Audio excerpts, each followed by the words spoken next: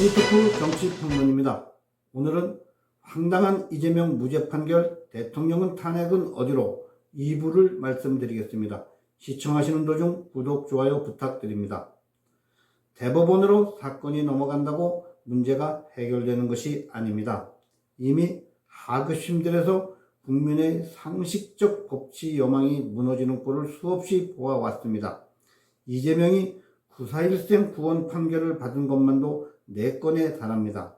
이 사건은 이재명의 경기도지사 선거 시 공직선거법 위반 상고심과 마찬가지로 전원재판부로 넘어갈 것으로 생각됩니다. 2심 벌금 300만 원을 대장동 김만배와 권순일 당시 대법관의 공작으로 무죄로 만든 시대의 사법 스캔들처럼 말입니다. 대법원에는 아직도 문재인이 임명한 4명의 대법관이 자리를 지키고 있습니다. 그래서 수적 구성상 아직도 보수 우파가 우위를 점한다고 보기는 어렵습니다. 그중 사실상 대법원이 2인자 소리를 듣는 법원 행정처장 자리를 천대엽 대법관이 차지하고 있습니다. 전현 선관위원장 노정희, 노태학 등도 여전히 자리를 지키고 요소에서 국가의 정주행에 태클을 걸고 있습니다. 우리법 연구회 출신도 이홍구, 오경미, 천대엽, 노태학 등 4명이 남아있습니다. 한 가지 더 있습니다. 대법원 형사사건 상고심의 경우 원심에 문제가 있으면 파기환송하는 절차가 일반적입니다.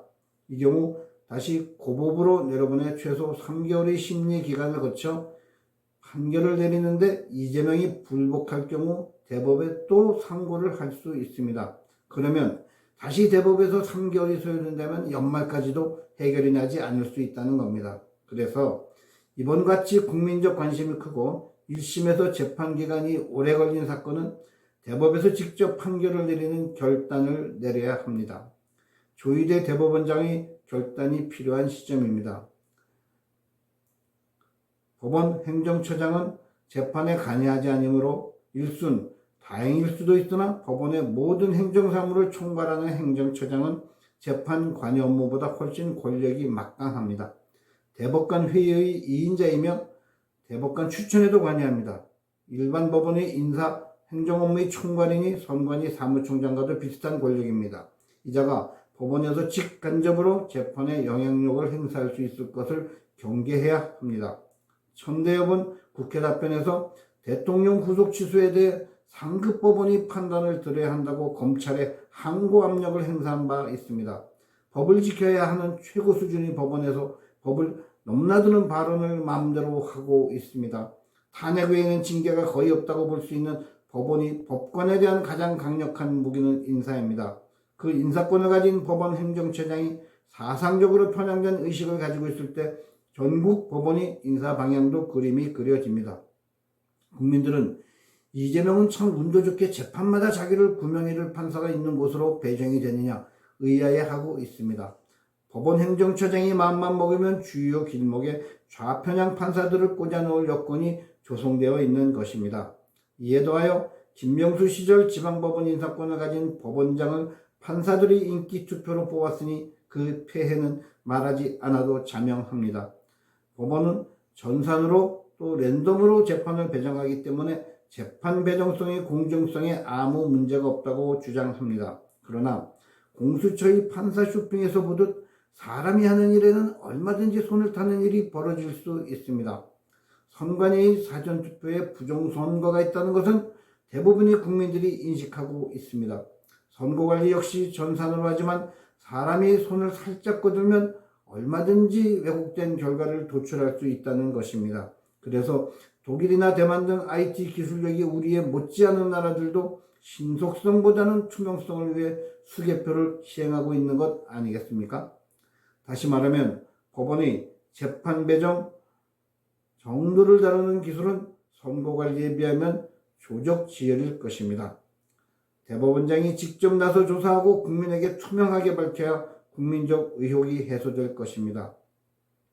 이재명의 유죄 가능성에 위축됐던 종북 세력들은 뜻밖의 무죄에 힘입어 헌재에 대한 압박을 더욱 거세게 몰아붙일 것입니다. 정부에 대해서도 40여의 헌재재판관 임명을 강요하며 탄핵 압박을 계속할 것입니다. 김어준 같은 자는 아예 국무위원 전원 탄핵을 해서 무정부 상태를 만들어 놓고 자기들 원하는 모든 악법들을 국회의장이 공포토록 하자는 방안을 부추기고 있습니다.